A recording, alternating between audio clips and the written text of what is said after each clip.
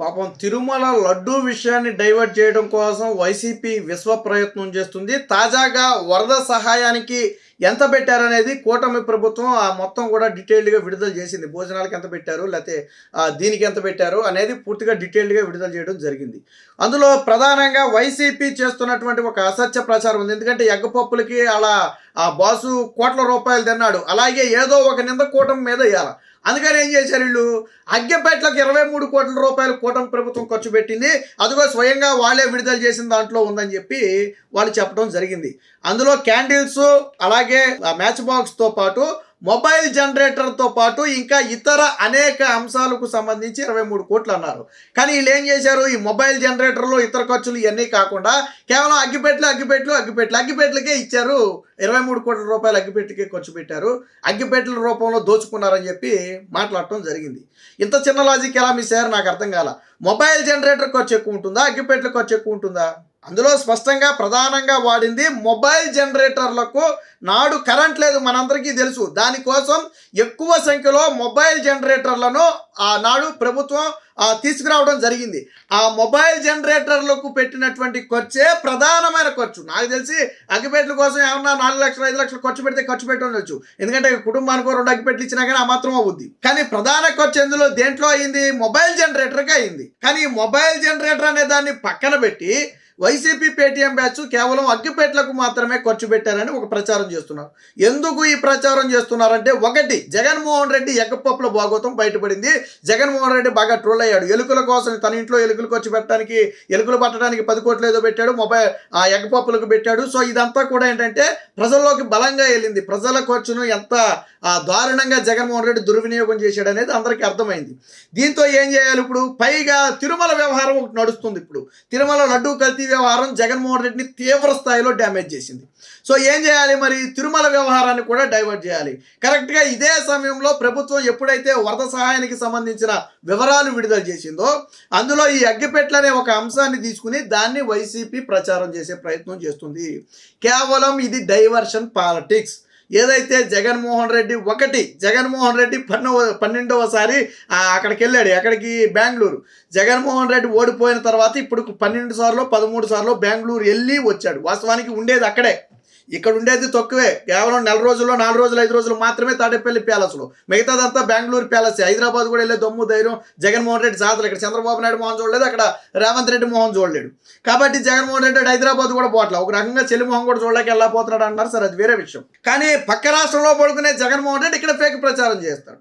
దీని మీద పోలీసులు అధికారులు ఆల్రెడీ వైసీపీ సోషల్ మీడియాలో ఎవరైతే అగ్గిపెట్ల కోసం మాత్రమే ఈ ఖర్చు పెట్టారు 23 కోట్లు అని చెప్పి మిస్లీడ్ చేసే ప్రయత్నం చేశారో వాళ్ళ మీద పలు సెక్షన్ల కింద కేసులు నమోదు చేస్తున్నట్లుగా స్వయంగా వాళ్ళకే రిప్లైలో పెట్టారు. దాంతో ఏం చేశారంటే, పాపం భయపడిన పేటీఎం బ్యాచ్ పెట్టినవన్నీ డిలీట్ చేసుకుంటూ వస్తున్నారు.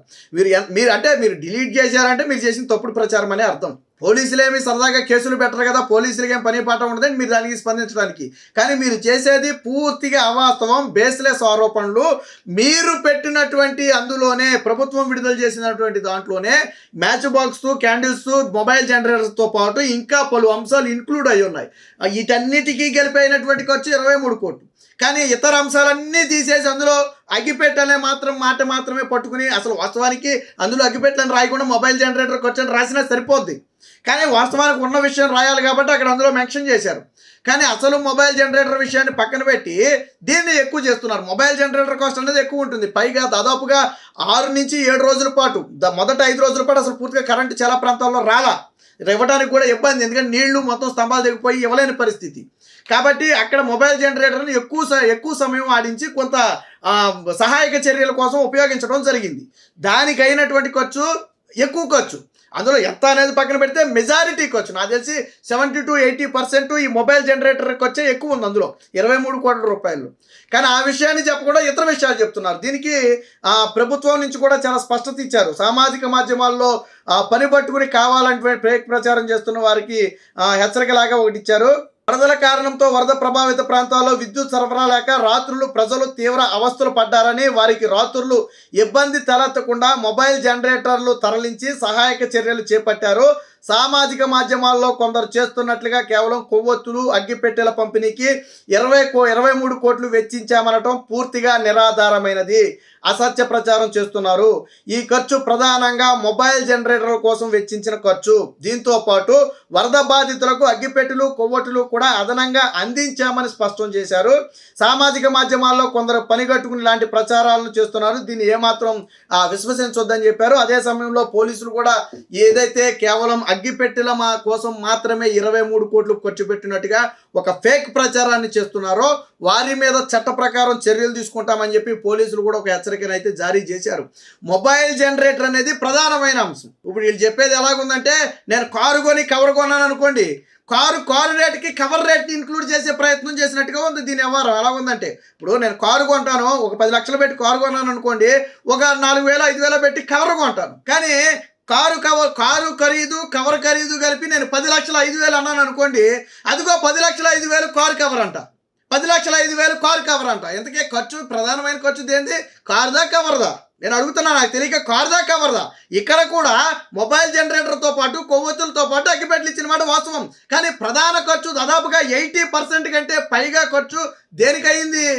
మొబైల్ జనరేటర్కి అయింది. 90% ఖర్చు అయి ఉంటుంది నాకు తెలిసి మొబైల్ జనరేటర్కి వచ్చేది. కానీ వీళ్ళేం చెప్తున్నారు, 90% మొబైల్ జనరేటర్ ఖర్చు పక్కన పెట్టి కేవలం అగ్గిపెట్టెలు ఖర్చు మాత్రమే 23 కోట్లు అని చెప్తున్నారు. నేను అందుకే చెప్పింది, కారు ఎందుకు ఉదాహరణ చెప్పానంటే అందుకే చెప్పా.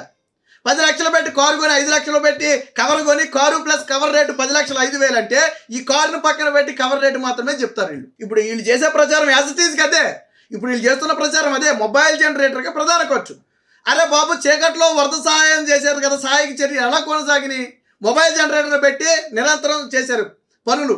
వాళ్ళ సహాయ చర్యలు కొనసాగించడానికే మొబైల్ జనరేటర్లు ఏర్పాటు చేసుకుంది, దానికైనటువంటి ఖర్చు అది. కానీ దాని అగ్గిపెట్టెల ఖర్చుగా ప్రచారం, ఇది వాళ్ళకి తెలియక కాదు, చేసే వాళ్ళకి తెలుసు. ఇది మొత్తం జనరేటర్ల ఖర్చు, ఇందులో అగ్గిపెట్టెల ఖర్చు ఎంతో ఉండదని వాళ్ళకి తెలుసు.